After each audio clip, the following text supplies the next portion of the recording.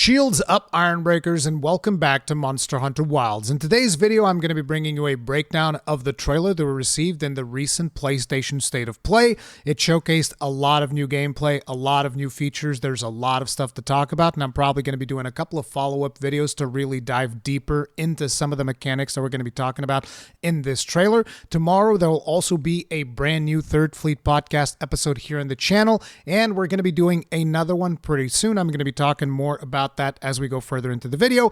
But before we jump into the trailer, I wanted to read the introduction in the updated website for Monster Hunter Wilds. It reads, "A wild and unrelenting new frontier. Dynamic, ever-changing environments, a story of monsters and humans in a world with two faces.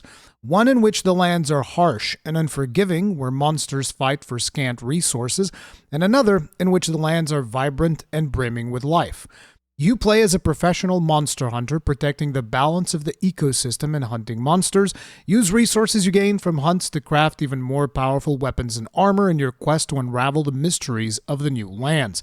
Experience the most evolved action and improved immersion in any Monster Hunter to date."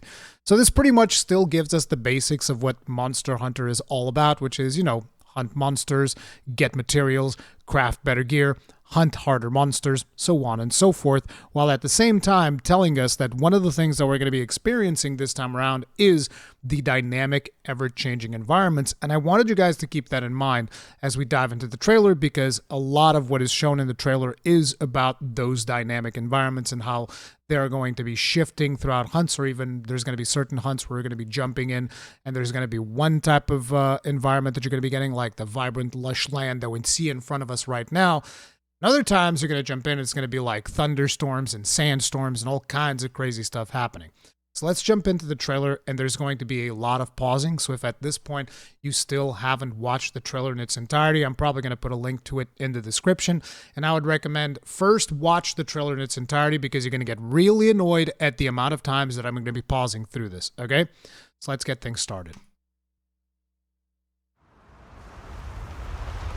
I know we're 4 seconds in, I'm already pausing the video, but the reasoning is the very first shot that we get in this trailer is a sand ship. Now, I need to understand, one of the monsters that I've really wanted to make a return in both Rise and Sunbreak, and I've mentioned multiple times, actually not just me, both me and Gaijin wanted to see this specific monster, is the Ran Moran and Jan Moran, which are basically the sand whales that you hunt in a location not too different from the one we're in right now. You'd have like the sand whale come up and you'd fight it, shoot cannons at it, do all these things, and those would usually involve one of these sand ships.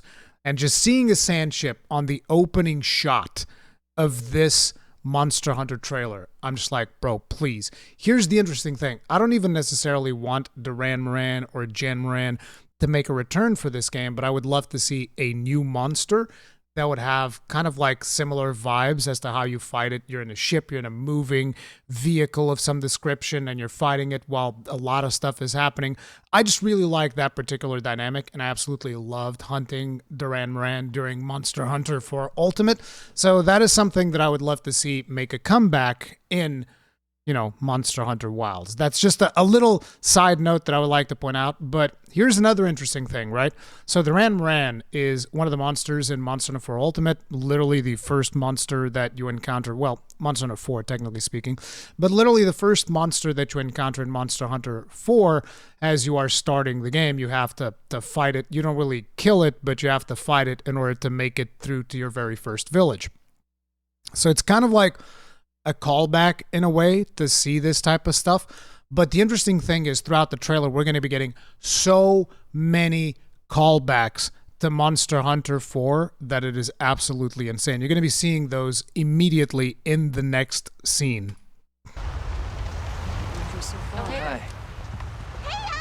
Okay, Palico speaks. Not just the Palico, but the Hunter. Our Hunter is voiced for the very first time in a Monster Hunter game. That is probably going to be a little bit divisive within the community. Now, me personally, I love having voice protagonists. I always prefer having voice protagonists. I understand that there's going to be people that are going to feel differently about it.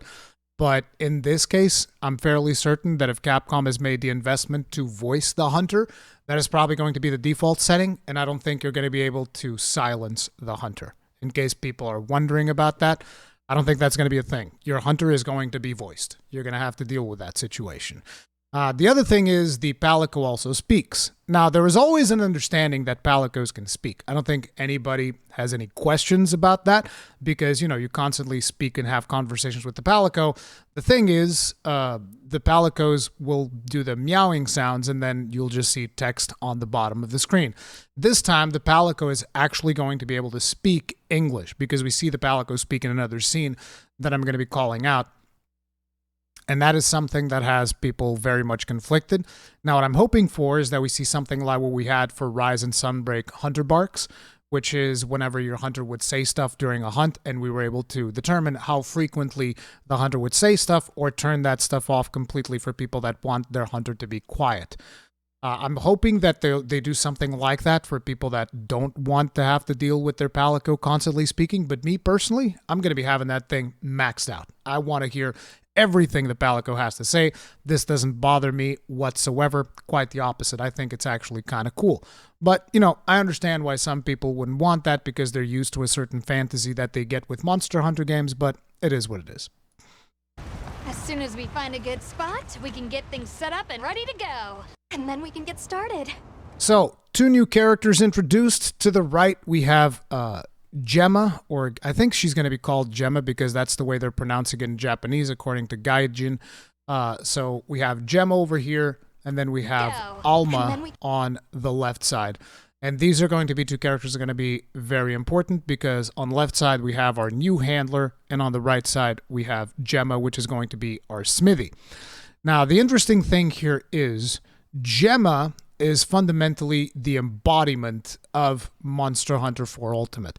And I'm going to tell you guys why in just a couple of seconds here when they turn around to a different shot. And when you look at Alma, she is almost as close as you can get to the Guildmarm, which was the quest maiden in Monster Hunter 4, without necessarily being the Guildmarm. Because clearly she's not the Guildmarm. I believe that the name of the Guildmarm is Sophie or Sophia. I spoke with Gaijin about this yesterday in the podcast, which is going to be coming to the channel tomorrow. And this character is called Alma, which, by the way, a little bit of trivia. In Portuguese, Alma means soul, which I thought was kind of cool. She also has the glasses that are very reminiscent of Guildmarm. So, you know, I thought that was a neat thing. And again, it's another nod to Monster Hunter 4 Ultimate. We can get started. This is gonna be great.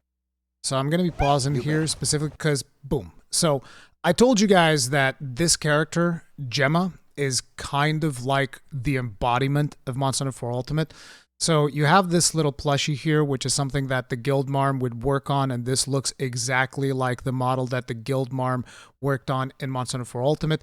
Then you have this thing right here, which is the Caravanier's jacket, which is one of my favorite characters in Monster Hunter. He's also got a really cool hat. I'm hoping we get the Caravanier's hat as well for Monster Hunter Wilds because it's one of my favorite, you know, hat things to use because it's kind of like my Australian Outback hat, bro. It's freaking sweet. I love it. But, you know, we have the Caravanier's jacket. We have a character that looks pretty much like Little Miss Forge. We have the plushie that Guildmarm would work on. It's just call out on call out on call out. She's got the same eye colors as Little Miss Forge. And if we actually go in here, we have this post from Gaijin, which just shows all of the stuff. As you can see, this is the Caravanier that I spoke about. You can see that this character had this jacket has the exact same logo. It is literally the Caravanier's jacket from what it seems, right? You can tell that she's got the same eye colors as Little Miss Forge. She's got the goggles, just like Little Miss Forge. She's got the red top, just like Little Miss Forge. A lot of people are actually saying that she is Little Miss Forge. This hasn't been officially confirmed. She might be.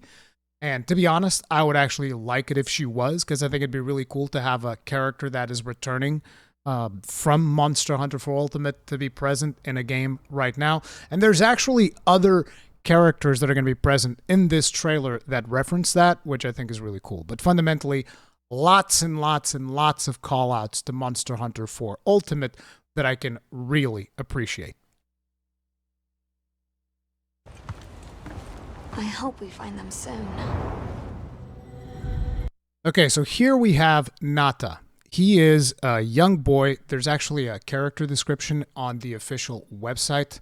A mysterious young boy that accompanies you on your journey. Now, there's a lot of theories as to who this boy might be. There's a character for Monster Hunter 4 Ultimate called Nadia, and there's another character from 4 Ultimate called Julius, and these are also two characters that were present in the recent Netflix Monster Hunter movie, Legends of the Guild. And I actually went back and I watched some of those scenes. I can't show you guys those in the video for obvious reasons. Copyright, it's hellfire will rain down on the channel and will all be over for me. But the first time that you watch through Legends of the Guild, you don't really notice any type of tension between Julius and Nadia, or maybe some of you guys picked up on that. I didn't really notice it too much. But when you see the moment where those two characters first meet, it's not the first time they're meeting, but when they first encounter themselves in Legends of the Guild, there is some type of tension there, which makes me consider could potentially they have a romantic relationship after the events of Legends of the Guild, or maybe they had one before and then Legends of the Guild happen and then they reconnect afterwards and they have a thing, and then Nata could be the son of them. And one of the things that they could be doing is they're looking for Julius and Nadia, who were sent on some expedition to the Forbidden Lands, and this is their son. And he goes to the guild. It's like, oh, they went to do an expedition, they never came back home, what's going on? Maybe that is what's happening, because there's another character here who is this right here. We're going to get a better shot of him a little bit further ahead in the trailer, but this is basically the Ace Lancer. Okay, once we get the better shot of him in the trailer, I will show it to you guys. Now, another thing in this scene that we can also see is we have the hunter right here. This is our character. He's going to be customizable, so even though he looks like this here, he's going to be looking completely different depending on how you create him, but this is our character right here. And then in here is our handler and the Ace Lancer, and we also have the logo of the guild. This is the guild logo. I actually looked into a Gaijin video that he made a long time ago that says the specific meaning of each of these things. So this is the 4 swords of the guild. This is the wind, which represents the change that nature brings. This is the crafting things from nature. This is the living in a community, and this is respecting the bounty of nature, because it's supposed to represent like a material from a monster or something like that. But it looks like the kid is introduced to us, and the Ace Lancer makes us the lead hunter of this expedition. Nata looks off in the distance. Supposedly they find something. We don't know exactly what that something is. And now we see our very first hunting locale. So this hunting locale is the Windward Plains. As member of the research commission charged with investigating the Forbidden Lands, the Windward Plains is the first new hunting locale you will visit. The plains are a diverse region filled with sandy deserts, swaying grasslands, twisting rock formations, and other natural wonders. Now, one of the first things that we get when we read this specific information on the website is going to be that basically, I no longer believe that Monster Hunter Wilds is going to be a full-on open-world game, which is something that I discussed at length because of the mount and the way in which they presented things in the previous trailers. I thought it had potential to be a full-on open-world Monster Hunter game, but when you're using language like hunting locale, that implies this is a zone that you're going to go to and you're going to hunt here, and there's going to be more zones like that. Windward Plains, a vast sand plain, and the first locale the investigation team will explore after setting foot in the Forbidden Lands. The locale consists of a variety of unique areas made up of sandy deserts, swaying grasslands, and twisting rock formations. This is just one such region that awaits you. Rest assured that a world full of countless surprises and discoveries to be made awaits. So this means there's going to be a lot more lands just like this.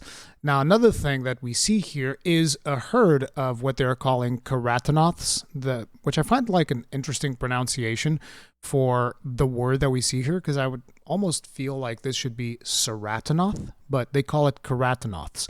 And the Karatanoths actually do one of the things that I theorized when we first got to see them in the very first trailer, which is basically the ones with the spikes. They are the males, and the other ones that surround them are the females, and the whole purpose of their spikes is to protect the herd from lightning. And this is, again, confirmed in this PlayStation blog post here where they talk about it. You can see it.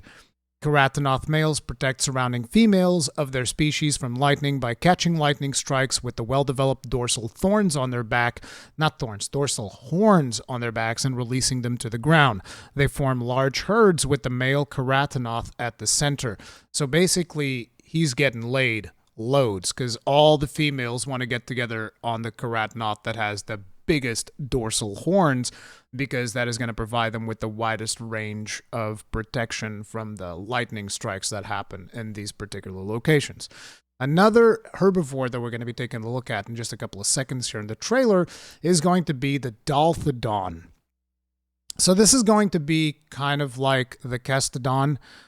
This herbivorous wyvern changes its habitat depending on the season. When it senses danger, it will sometimes take a defensive posture and fight back with its well-developed head shell. For some reason, I have a feeling that I'm going to be hunting these for parts to create like artillery armor, because that usually seems to be a theme when it comes to making, armor for gun lances. It usually involves these hardened dudes. So we'll see if that is the case or not. But yeah.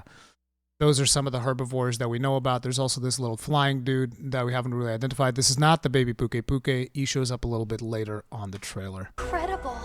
I've never heard of a Karatanoth herd this big before. These herds are One of them's massive, got big yeah. spikes on its back. And again, that dialogue that you heard right there, that is actually the Palico.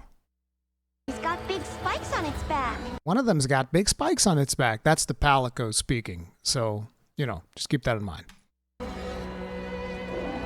And there was the baby Puke Puke. You can see him right here. He's adorable. He's cute. He's a little baby Puke Puke. So potentially we'll see Puke Puke as well. And you can see a couple of honey nodes, by the way. Honey node, honey node, honey node. I'm not sure if you'll be collecting these by using the new grappling slinger, because there's a slinger hook thing now that you can pick up things from a distance. Would make sense that you would actually just run past these, mash that, and your hunter would just like yoink, grab them with the hook. And the reason why it's important to look at those is if you notice as the environment changes, because this is supposed to represent the same zone, right? And you see the environment changing and the resources become more scarce.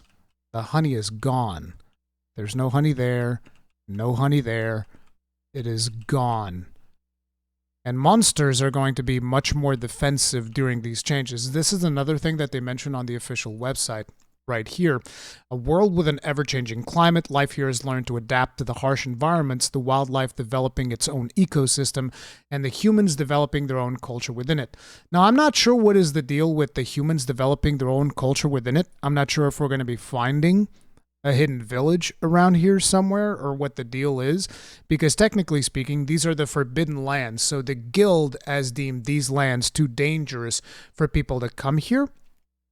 So you'd figure that this is like, especially with some of the stuff that we talked about at the beginning, it's a wild new frontier. There's nobody here. This is just us exploring and trying to figure out what's going on in this place, right? Then why are there humans developing their own culture within it? Unless it means us, as we arrive, we are going to be developing our own culture within it. Because I don't think there should be a human presence here, but there might be. So we have here, each hunting locale features an environment with two dynamically changing identities. Now, the weird thing is, there was a different blog post on the Japanese side of things, on the Japanese PlayStation side of things. They actually identified 3 different mechanics when it comes to each hunting locale, and those are the 3 that you actually see here. So right here we see that this is bountiful land. There's, great pastures, great colors, trees, all of that stuff, right?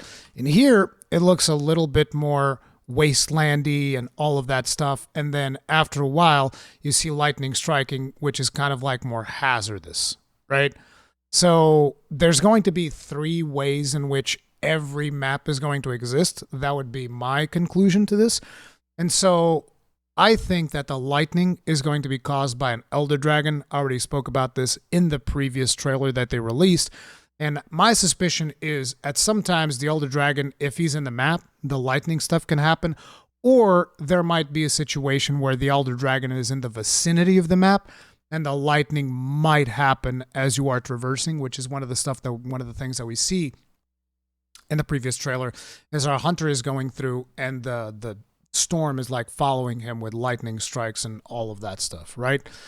So these are going to be the three things. Now, another thing that I would like to point out while we have this particular scene here is, remember how I talked about these spikes? One of the questions that I personally had was, did we place these spikes here, or were these spikes here before we arrived? And my prevailing theory was that these spikes were already here. And I actually went back to the previous trailer and I looked for a lightning hitting the spike because I remembered that back then I was like, I saw something in those spikes, and today I zoomed in on it and look at this. You can see that this is not just a regular spike that got struck by lightning and everything's fine. There's symbols on it. There's all kinds of symbols on here. So this to me screams ancient civilization. I know people are going to go crazy. They're going to be like, oh, here we go again with the ancient. I mentioned ancient civilization since the very first trailer analysis that we did back during the game trailers. And I definitely think that that is going to be a thing. I think that there is an ancient civilization and that they did place these things down here so that they were able to exist and deal with the threat of whatever elder dragon or whatever happens to be causing this lightning phenomena that strikes and makes the whole place really, really dangerous. Very much the same way in which, you know, the Keratonoths adapted themselves to survive and the males developed the dorsal horns and all of that stuff to absorb that lightning. The ancient civilization that used to be here, that is not here anymore, put these pillars down to make it safer for people to just roam around and survive during these lightning strike things. But again, theories upon theories upon theories.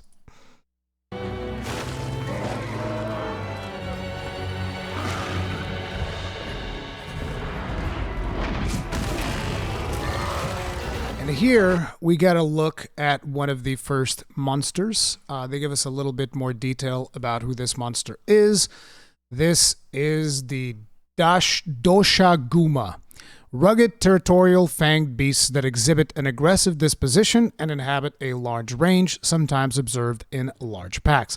Now, one of my theories for this, which turned out to be wrong, was that there were going to be different types of monsters in this Monster Hunter game, whereas we usually have small monsters and large monsters. My theory was this time we're also getting medium monsters. That is definitely not going to be the case. The Doshaguma is a large monster, and we now know that there are going to be monster herds. In the Forbidden Lands, you'll encounter not only herds of small monsters, some of the large monsters of the region may also form packs. Each group has its own place in the ecosystem with its own unique movements and behaviors. So the large monsters themselves are going to be able to form packs, and the very first example that we get of that is the Doshaguma, who hunts in a pack. Now, this next part was really, really exciting for me.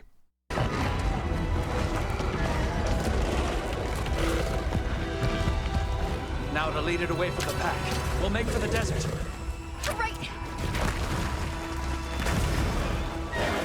So our hunter goes in, and there's this preparation phase to the hunt. And you guys know me, anything that involves preparation, planning, anything that separates Monster Hunter from a traditional boss fight game is something that I heavily support and that I heavily want to see more of. Things that greatly contribute to my immersion, which, by the way, that is kind of the key aspect of this trailer, is immersion. This is potentially the most immersive Monster Hunter trailer I have ever seen because of, you know, you're really in there, you're really doing the thing, and the way in which they edited this just makes it feel incredibly immersive. But basically, they're preparing to separate this guy from the herd, and that is a conscious effort that you need to do in order to properly hunt them down. And a little bit later in the trailer, we're going to get a confirmation from our hand that, like, you are now hunting this monster. And that moment is also friggin' amazing. I love it. But before we move forward, I feel like it's important for me to call out a couple of mechanics here. So we get our first glimpse at the slinger hook shot, or the slinger hook, whatever they're calling it, in which you can basically grab things from far away. So you can see that our hunter grabs that rock, which is some type of ammunition that is in there. Might be different types of ammunition that we have available in different locations. Very much like we had in Monster Hunter World, you're going to be able to just grab ammunition, put them on your slinger, and then shoot it. But basically, he grabs a rock so that he loads up his slinger with ammo, and then he's going to fire that rock into a map hazard, which is this, and this thing is going to drop on top of the herd that is coming up behind him to stop the herd from following us. As you can see, the herd then falls down, and we effectively separate like the alpha of the pack so that we can hunt them down. Now here once again we see footage of the sandstorm and all of that stuff, which is going to be dynamic conditions that are going to be happening depending on when you're hunting. As a matter of fact, I have a suspicion about these dynamic shifting environments, and my suspicion is that these are not going to be static, very much the same way that expeditions in Monster Hunter World, you know, whenever you go on an expedition, the conditions of that expedition are going to be different. So if you and I are at the exact same phase of progression in the game, and you go on an expedition and I go on an expedition to the same place, I might have a different time of day. I might have different monsters in there. Everything is random. I think that they're going to double down on this. And even the standard quests that you do that are usually static conditions, they're not going to have static conditions. So you and I can take the same quest at the same time, you know, but playing separately. And maybe you get the lightning environment and I get the verdant, abundant environment. And, you know, we're just going to have to deal with that situation. You are going to have to look for the little pillars that protect you from lightning. Whereas me, I can just hunt super normally and the monster's actually going to make it an easier hunt. I think that would be an interesting way of doing things, to have the weather be more dynamic. And that definitely seems to be reinforced in the messaging that we see on the website. The sandstorm!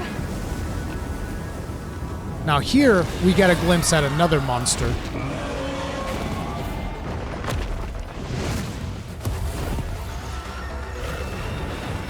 And I'm going to give a shout out to content creator Gaudium. I've mentioned some of her stuff in the past, but she took a couple of screenshots of this specific thing that allow you to get better detail of it. When you see those in the little pool of sand, which initially I even thought this could potentially be a pitfall trap that we put down to kind of like deal with the monsters that are coming after us. But there's a monster swimming in there. Now, Gaijin pointed out that this almost looks like a smaller version of Dalamador. I'm not too familiar with Dalamador, so, you know, I'm going to take his word for it. He's the expert. But, you know, you see him here coiling around in the Doshaguma that is coming after us. And he's like coiling around his neck like a serpent almost, right? You can see it here. Then he throws him to the ground. And then he's like left there. We can actually see that scene again. And we'll do it in slow motion. And you can see right here, this is going to be like a cutscene of some description. We're riding away.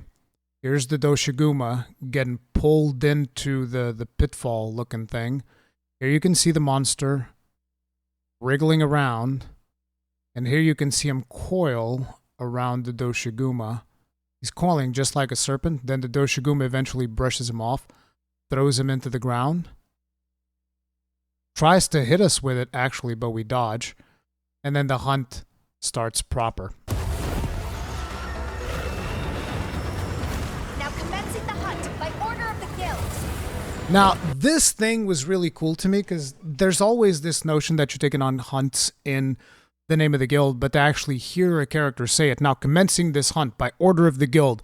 So technically speaking, she's probably close by, I would imagine, unless you have like an intercom or something, which I don't think that technology's really evolved to that point in the Monster Hunter universe. but basically you would imagine that she would be close by, and you actually see her earlier in the trailer walk around with you while you guys are exploring the wilderness and all of this stuff, right? When you encounter a large monster while out exploring a locale, you'll be able to begin that quest seamlessly, allowing for deeper immersion. Your hunter will also engage other characters in fully voiced conversations, deepening your connection with the many people you meet along the way. So that is the meaning of this particular interaction. The fact that she says, we are now beginning this hunt by order of the guild. It's like you're exploring the zone, you find the monster, you start killing the monster. Now what this tells me is that, because you could already do this, technically speaking, you could already just go around and do hunts while you're out on an expedition, but they wouldn't really be considered quests, if that makes sense. And the advantage of doing a quest rather than just killing a monster while you're out on an expedition is that you're going to be getting additional rewards, which is pretty cool. So basically, you're just exploring the world and doing stuff and collecting materials. You find a monster, you see an opening, you start that. I don't know if you have to put in a request to make it an official hunt or make it an official quest, or if you can just start engaging the monster and, she'll go like, you can now begin the quest, and you get additional rewards for doing so. So I think that aspect of it is pretty cool. And again, it just contributes to what I was talking about earlier, which it makes the whole thing much more immersive.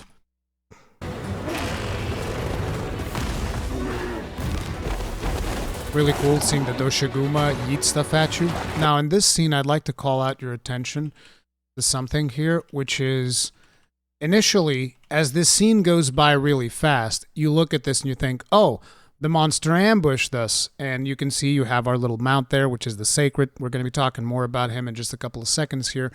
But, you're like, oh, we got ambushed. It is what it is. I don't think so. I think this is a different character.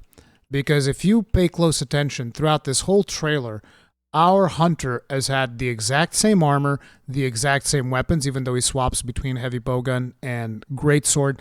But basically, our hunter has the exact same weapons, armor, loadout, looks. They maintain this very specific avatar for the representation of our hunter. And then you look at this, and it is completely different. This looks like a woman that fell down a hole. She has no armor whatsoever. I mean, she's got clothes and whatnot, but it doesn't have the hunting armor that we see throughout the rest of the trailer. She's got like this bone thing as some type of fashion accessory for her hair, a little, accessory there as well. But this is a different character. This is a character that was ambushed by this Shatakabra, who is the other monster that we can take a look at real quick. So Shatakabra, a large species of amphibians that use the adhesive quality of their saliva to affix stone to their forelimbs in order to power up their attacks. So the Shatakabra basically licks himself, and that works like glue. And it's not just stone, it is stone and ore.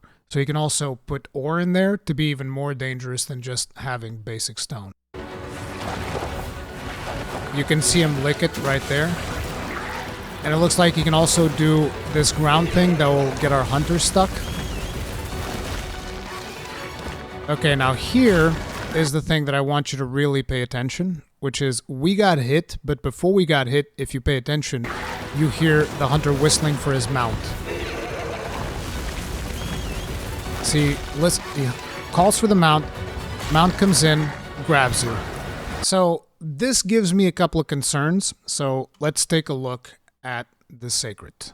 It is an animal mount whose exceptional agility will provide the hunter with crucial support out on hunts. Its well-developed sense of smell allows it to guide you automatically to your current objective or any location you select on the map. You can also use your slinger and certain kinds of items while mounted, allowing you to comfortably restore your health, sharpen your weapons, or even gather materials while on the move.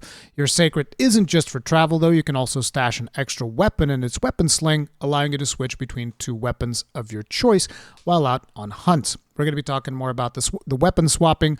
The first thing that I would like to bring up is mounts are very powerful. This is something that we experienced in Rise and Sunbreak. Having a Palamute is a game changer. Now, when it comes to Sunbreak, you do have an active choice in terms of whether you take a Palamute or you take 2 Palicos. Because having 2 Palicos gives you much more utility during hunts, whereas having a Palamute can bring you more damage while also giving you the faster move speed throughout the map, because you can run through the whole map and do all of that stuff, and Palamutes had a higher potential to deal damage than Palicos. But me personally, I always preferred the added utility of having 2 Palicos, so most of the time I just, was running around with 2 Palicos because that was cooler to me. But the thing was, in Rise and Sunbreak, that was a choice that you made. And here, Sacred, it appears to always be like a permanent addition to your Hunter, which is going to greatly trivialize sharpening your weapon. Now, a lot of people have brought forth the point that, well, in previous games, you could just exit the area and sharpen your weapon.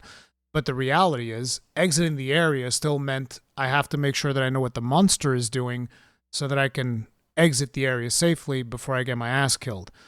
Whereas if you call in Sacred and Sacred grabs you and you just start running away, there's less attrition to that. And that is something that I'm concerned with, just how easy it is to sharpen while you're on Sacred. I almost feel like if you're going to sharpen on Sacred, it should maybe take longer. There should be some type of a downside to it rather than sharpening while you're on the ground. Because when you're on the ground and you're focused on sharpening, it should be like, oh, I'm sharpening, I'm in the ground, I'm more efficient. If you're on the back of the mount, and your mount's bumbling around and you're trying to sharpen my weapon, right? It would make sense for it to be harder to sharpen, so I don't know what the deal is going to be with that. It could also be that maybe you heal slower while you're on top of Sacred, but I would like to see some type of balancing there. I don't want certain mechanics of the game to be trivialized. Also, he glides, so you can have a little bit of gliding. We see that in the other trailer, but yeah, that's the new mount and all the things that he can do. Now here we see a scene where there's a bunch of small monsters attacking the Chotacabra. I don't think that these small monsters did this out of their own initiative. I have a feeling that this is going to be a hunter action that we can do. Kind of like in Rise Sunbreak, you can put meat in the water and those piranha type fish will start attacking monsters that go near it. Even though that wasn't really super powerful, it was something that you could do. I suspect it might be something like that, like maybe we pick up some type of ammunition that acts like a pheromone or something, and we shoot the pheromone onto the monster. These dudes come in, and they provide us with an opening for us to take advantage of. Or it might be a dynamic interaction. I genuinely don't know, but it just doesn't seem very reasonable for these dudes to be like, hells yeah, we can take on that Chotacabra. Look at him. Like, there's 3 little dudes that are attacking this Chotacabra. I don't think you're going to be successful.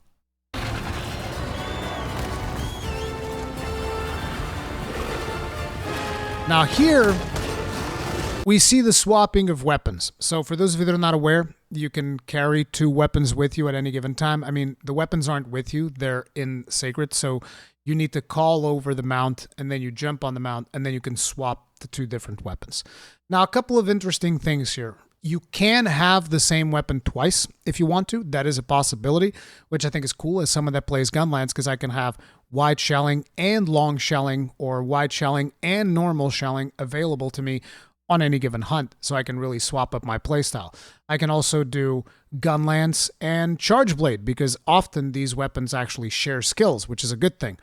But if you're someone that wants to be efficient and you're going to be doing vastly different weapons, like say a longsword and a gun lance, how does this work? Do you get a different armor set when you change weapons? I don't think so. I think the whole point is that you can have a set that's more of an overall set that's not really super min-maxed. So you have the advantage of having 2 weapons to deal with different situations, but you have the disadvantage of not having a specialist set. Or you make a specialist set and you're just not as efficient with your second weapon.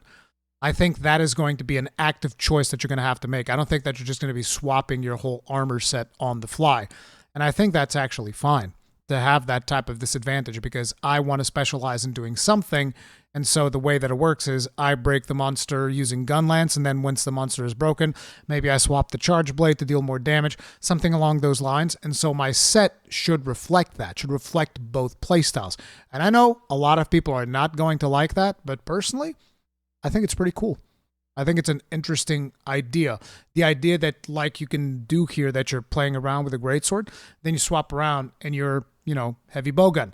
You also see him firing the heavy bowgun from the mount. I don't think this is going to be something that you can do with every weapon, even though I think it'd be really cool if I could shell from the mount. I'd be mounted shelling all day. But I think that when you are firing from the weapon, you're probably going to be limited to like normal 2 ammunition or something like that. You're probably not going to be able to bring your big boy ammo into the mount, because otherwise, heavy bowguns are already the most powerful weapon in the game. And on top of it, you can have the mobility of a mount while you're tactically nuking the monster from range. Doesn't seem very reasonable to me, so I don't think that's going to be the thing. I think that this is very much basic. You get to fire normal 2s, right? This is not rapid fire or anything. Actually, it is rapid fire. I no longer know. I didn't even pay attention whether it was rapid fire or not. I don't really play bowguns. But that's actually rapid fire. Now I'm concerned. Bowgun supremacy. Maybe it's rapid fire normal too, I don't know. Now here we can see that you can also do dismounting attacks. So you're on Sacred, you jump off, you do a dismounting attack, probably do some mounting damage too, which will be cool. And then here is a brand new thing that has a couple of people confused. Me and Gaijin go into great length of discussion on this particular thing in tomorrow's Third Fleet podcast, so you can look forward to that. But this right here is focus mode. You can see him entering a stance. This is him going into focus mode. So let's actually go onto the website, read the description of what they call focus mode. They also talk about how all the 14 weapons are coming back in this particular thing. So no new weapons announced at this point. And then they say new action features and new moves for each weapon type will help you make the most of any situation during your hunts. And this is where they're really going to be bringing in some of the new moves. Focus mode. Focus mode allows you to aim your attacks and guard abilities. You can also use focus mode to pinpoint monster weaknesses, which can be targeted with special new attacks that deal big damage, by making it easier to space yourself and aim your attacks during hunts. Focus mode will make it easier for players of all stripes to get in on the hunting action. Now, one of the things that people immediately pointed out is like, focus mode will make it even easier, so they're dumbing the game down.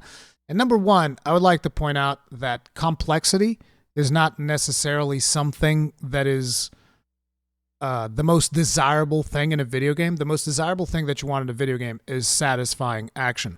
So for instance, a lot of people usually make the point that they prefer Monster Hunter World and Iceborne to Rise and Sunbreak, and I would argue that Rise and Sunbreak are more mechanically complex games, particularly when it comes to movesets and switch scrolls and swap scrolls and all of these crazy things that you can do in that game.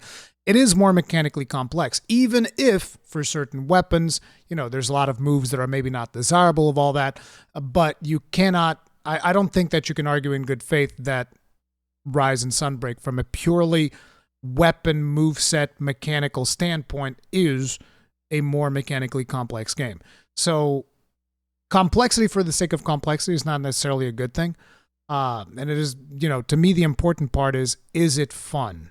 And does it have enough depth to be enjoyable? So the whole thing about it making it easier for players of all stripes, I think the point here is focus mode is going to allow you to do things that you couldn't do before unless you were super experienced. Like, for instance, let's say dodging a roar. Right? Dodging a roar without a evade window is going to be something that only some of the best Monster Hunter players are going to be able to pull off. I don't dodge a ton of roars unless I have a evade window. I'm just not that good. I can do a bunch of guard points, though. I can do that. I can do parries with, the Gunlance has a parry, and Rise and Sunbreak, I can do that as well. I can pull off some cool stuff, but dodging roars without a evade window, that's a little bit too tight for me. I think that is what they're trying to say here, is that this is going to allow you to counter certain monster moves, and that is one of the things that we see right here, where he goes into the stance, and he goes into a counter, and he's able to counter the monster right there with focus mode.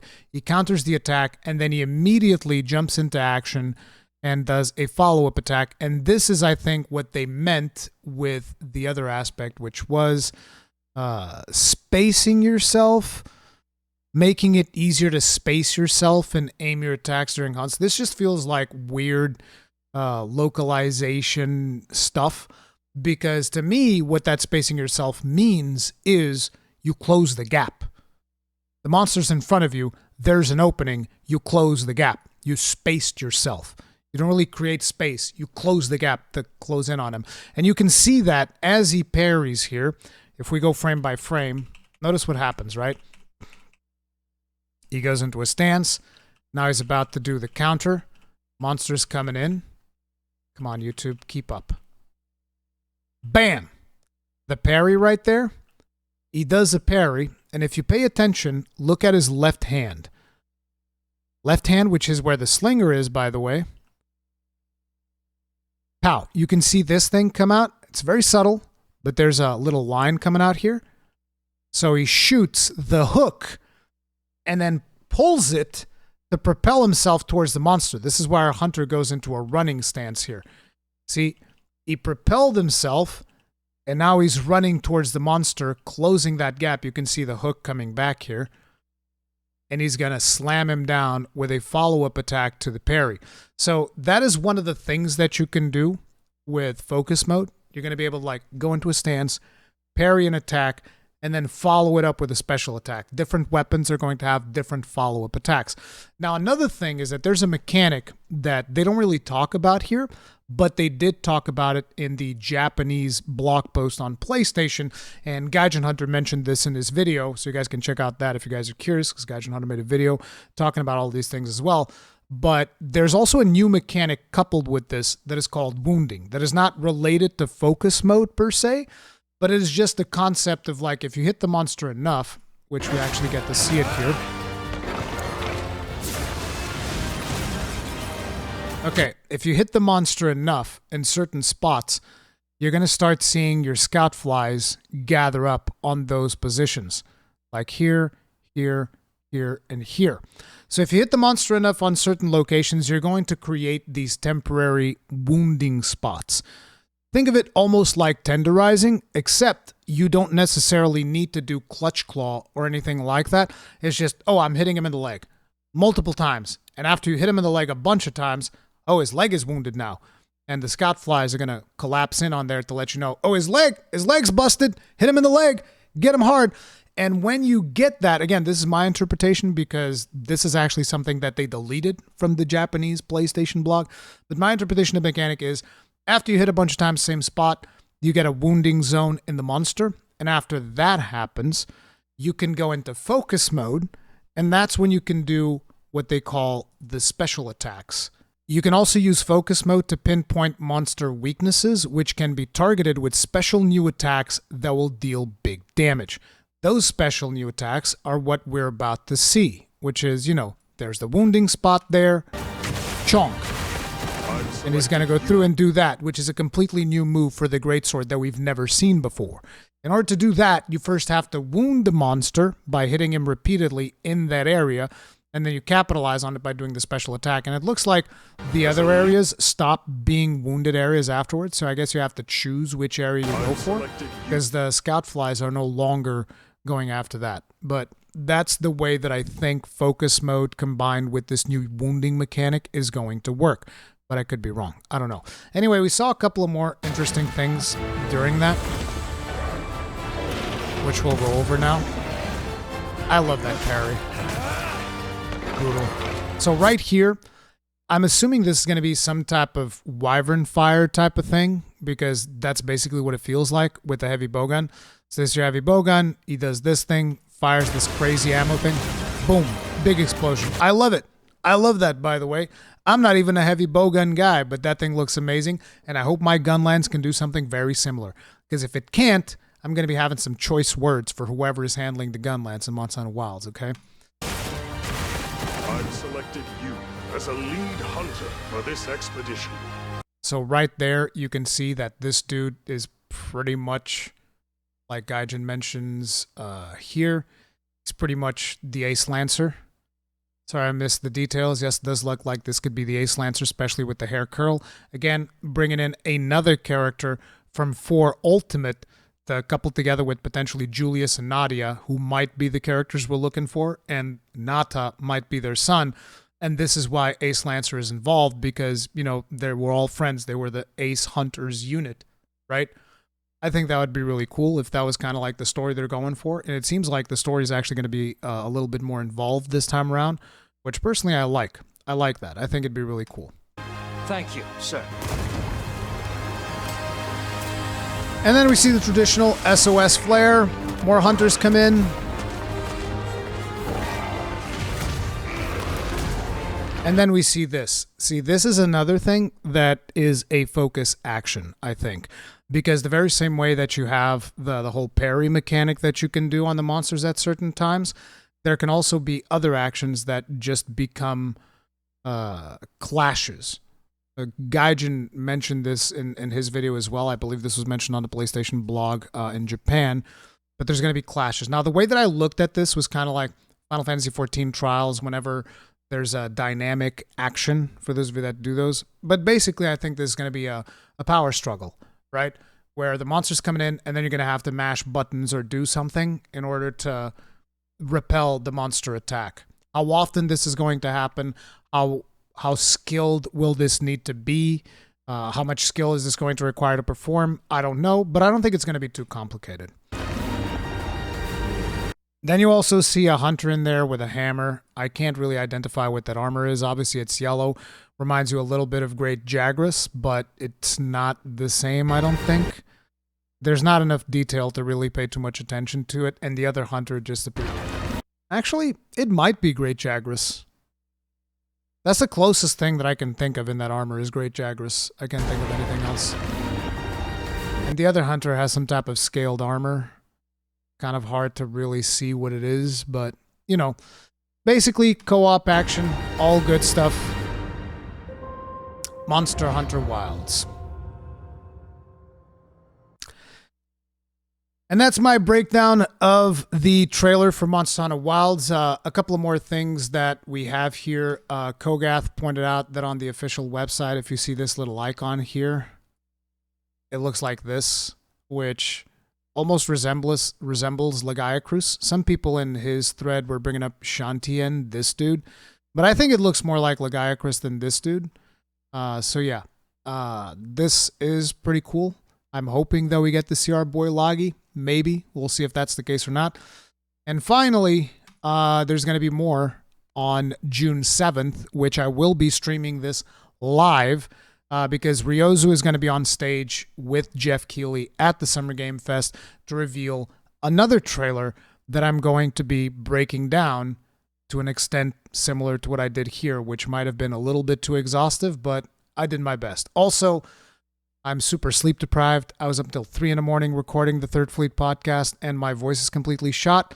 So my apologies if I wasn't as coherent or if I stumbled a little bit through that. But hopefully you guys enjoyed it anyways. For now, that is going to be it. I'll see you guys in the next one. Stay strong. Stay safe. Hit the like button. Subscribe. Bell notification icon. All of that stuff. And I'll see you guys tomorrow for the Third Fleet podcast. Peace out, team.